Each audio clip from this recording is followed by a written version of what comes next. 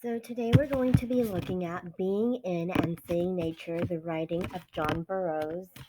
And we're going to go ahead and preview the genre. I know that even looking up here, it says personal essay. And then the writing of John Burroughs, this also has, this text includes two examples of Burroughs' writing, a poem that's given in full, which Waiting, I look at this and I see that it's a poem, right? Because even though we're going to read this, good readers first preview their text and graphic features. And then they also give italicized excerpts. So this says it's by Jeffrey. Uh, and then we're going to go ahead and preview it. So here's some writing, and I see dates, so that makes me think a little bit of a biography of who maybe Burrough might be. This is Observing the Natural World, Waiting. I think that this might be a poem. And then I flip the page. There's a picture of a cabin, so these are graphic features. It tells me where this is. Then I see subheadings. This is called the Chipmunk, and it says excerpts. I know that excerpts are small writings of a bigger writing, right? So that means that this is what they took from another writer. And then here I see a picture of a little squirrel, I believe, or it could be a chipmunk. And then here I see that it's definitely a chipmunk. And the graphic feature shows me different sections, right? And then here I see things italicized as well. Then I look here, things are italicized again. And then I see a picture right over here, and it says John Burroughs fishing in Yellowstone National Park in 1906. So that's over 100 years ago this picture was taken. So I know John Burroughs now is a writer that lived in the past. It looks like he has two big fish. So today we're just going to be looking at 2 pages. Um, so 4 in total. This one and then the following one. So I'm going to go ahead and click play, and then tomorrow we'll look at the others. Extended Read 1. Remember to annotate as you read. Being in and Seeing Nature. The Writing of John Burroughs by Jeffrey First. Pioneering nature writer John Burroughs, 1837 to 1921, found his artistic voice and also a sense of delight and wonder by carefully observing the world around him. He grew up on a farm in Delaware County, New York. As a boy, one of his favorite things to do after completing his chores was to escape to a special place he later called Boyhood Rock.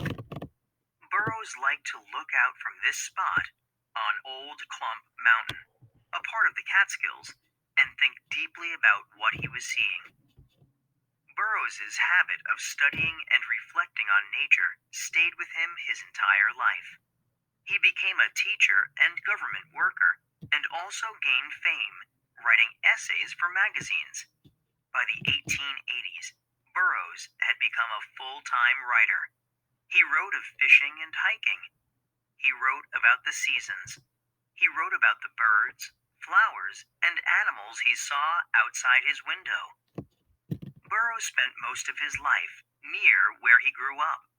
In summers, he preferred the view from a small cabin in the woods. He named this place Slabsides, and from it he recorded the daily lives and interactions of his animal neighbors. Observing the Natural World. In the poem Waiting, below, Burroughs marvels at the timelessness of nature. The natural world goes about its business without care or concern for man-made time. Burroughs accepts that life, like nature, cannot be controlled. Waiting. Serene, I fold my hands and wait, nor care for wind, nor tide, nor sea. I rave no more 'gainst time or fate, for lo, my own shall come to me. I stay my haste, I make delays. For what avails this eager pace? I stand amid the eternal ways, and what is mine shall know my face. Asleep, awake, by night or day, the friends I seek are seeking me. No wind can drive my bark astray, nor change the tide of destiny. What matter if I stand alone? I wait with joy the coming years. My heart shall reap where it hath sown, and garner up its fruit of tears. The waters know their own and draw. The brook that springs in yonder height, so flows the good with equal law unto the soul of pure delight. The stars come nightly to the sky, the tidal wave unto the sea. Nor time, nor space, nor deep, nor high can keep my own away from me.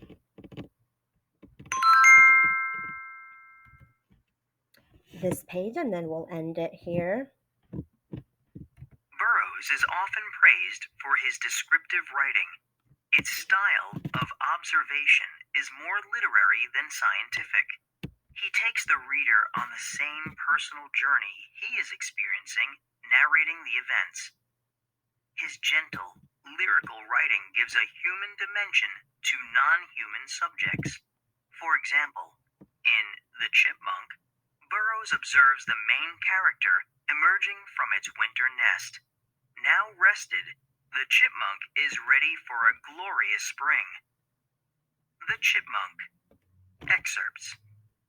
The first chipmunk in March is as sure a token of the spring as the first bluebird or the first robin, and it is quite as welcome.